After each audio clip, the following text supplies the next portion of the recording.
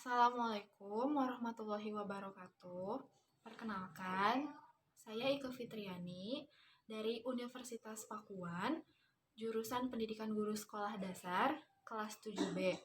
Jadi, di sini saya membuat video untuk memenuhi salah satu tugas mata kuliah Inovasi Pendidikan yang diampu oleh Ibu Dr. Yuyun Elizabeth, MPD. Itu saya akan menjelaskan apa itu inovasi pendidikan, lalu keunggulan apa yang dimiliki pada inovasi pendidikan, tantangan apa yang akan menjadi kendala dalam inovasi pendidikan ini, terus tentunya juga ada fungsi dari inovasi pendidikan dan juga karakteristik dari inovasi pendidikan. Pada poin yang pertama, ada mengenai definisi inovasi pendidikan. Sebelum ke arah inovasi pendidikan tersebut, tentunya kita harus mengetahui apa itu inovasi. Jadi, inovasi itu berasal dari bahasa Latin, yaitu innovation yang berarti pembaharuan atau perubahan. Jadi kata kerjanya itu innovo yang artinya memperbaharui atau mengubah. Jadi inovasi sendiri itu perubahan yang baru menuju arah perbaikan, atau dengan kata lain yaitu berbeda dari yang ada sebelumnya, yang dilakukan dengan secara sengaja dan berencana, jadi tidak secara kebetulan. Nah, jadi proses dan tahapan perubahan ini tentu ada kaitannya dengan masalah pengembangan, masalah diseminasi, masalah penyebaran, masalah evaluasi, masalah perencanaan atau planning, adopsi, serta penerapannya itu. Lalu, dalam inovasi pendidikan ini secara umum dapat diberikan dua buah model. Jadi, dua buah model yang bisa digunakan dalam inovasi pendidikan itu terdapat dua. Yang pertama itu ada top-down model. Apa sih top-down model? Nah, top-down model itu sebuah inovasi pendidikan yang dibuat oleh pihak tertentu sebagai pimpinan atau atasan yang diterapkan kepada bawahannya. Jadi seperti halnya yang sudah kita tahu, inovasi pendidikan yang dilakukan oleh Departemen Pendidikan Nasional di negara kita itu selama ini. Jadi itu merupakan sebuah contoh dari top-down model. Lalu model yang kedua itu ada bottom-up model. Apa sih bottom-up model itu? Nah, jadi model ini tuh merupakan sebuah inovasi dari hasil ciptaan bawahan dan dilaksanakan sebagai upaya untuk meningkatkan penyelenggaraan dan mutu pendidikan. Nah, jadi di samping kedua model yang bisa digunakan ini, pasti muncul nih ketika membicarakan inovasi ini. Apa saja? Yang pertama itu ada kendala-kendala. Jadi kendala-kendala yang termasuk itu dari pihak pelaksananya, seperti guru, siswa, masyarakat, pemerintah, dan sebagainya. Lalu ada faktor-faktor seperti berasal dari kurikulum, fasilitas, sarana, dan dana. Lalu yang terakhir itu ada dari lingkup sosial masyarakat. Selanjutnya, terdapat karakteristik dari inovasi pendidikan. Jadi, ada berbagai macam karakteristik dari inovasi pendidikan ini. Yang pertama itu ada baru. Baru dalam hal ini berarti berbeda dari hal atau keadaan sebelumnya. Lalu yang kedua itu ada kualitatif. Kualitatif di sini itu berarti peningkatan nilai guna dan nilai tambah pada peningkatan mutu. Lalu yang ketiga itu ada hal.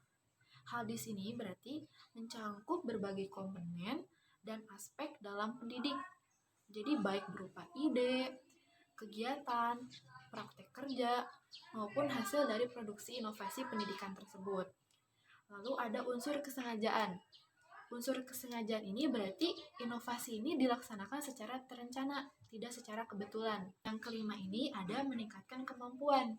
Meningkatkan kemampuan di sini berarti meningkatkan kemampuan berbagai masukan yang ada dalam pendidikan. Yang meliputi apa saja sih? Jadi bisa unsur manusia, kemampuan dana, sarana, dan prasarananya.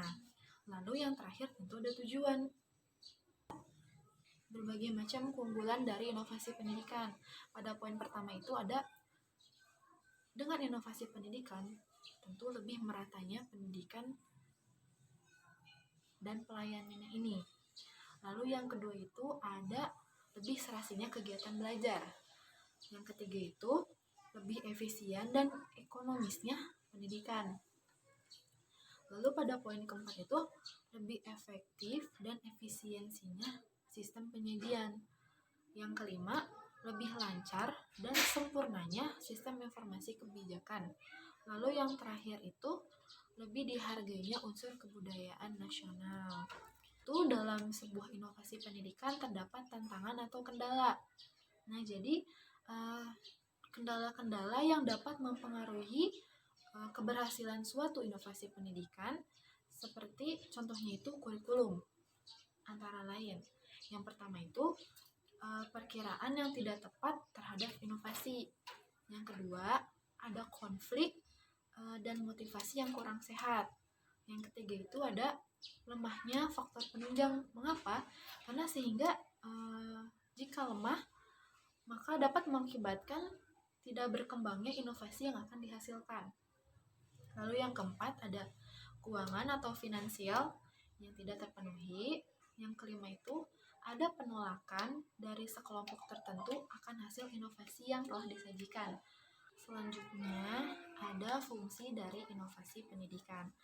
Nah, fungsi dari inovasi pendidikan itu berfungsi pada saat menghadapi dua keadaan atau dua persoalan. Yang pertama itu menghadapi persoalan secara umum, dan yang kedua menghadapi persoalan sistem pendidikan. Pada poin pertama, persoalan umum. Nah, persoalan umum di sini sebagai contoh ada persoalan umum di sini. Di antaranya itu pada saat bertambahnya jumlah penduduk yang harus disertai dengan kualitas jumlah penduduk itu sendiri. Dengan berkembangnya ilmu pengetahuan, maka akan meningkatkan terciptanya inovasi pendidikan. Nah, jadi dalam pembelajaran di kelas, guru harus menggunakan media agar lebih mudah memahamkan materi kepada peserta didik. Jadi, selain memahamkan materi, guru juga perlu mengundang rasa penasaran dari peserta didik ini.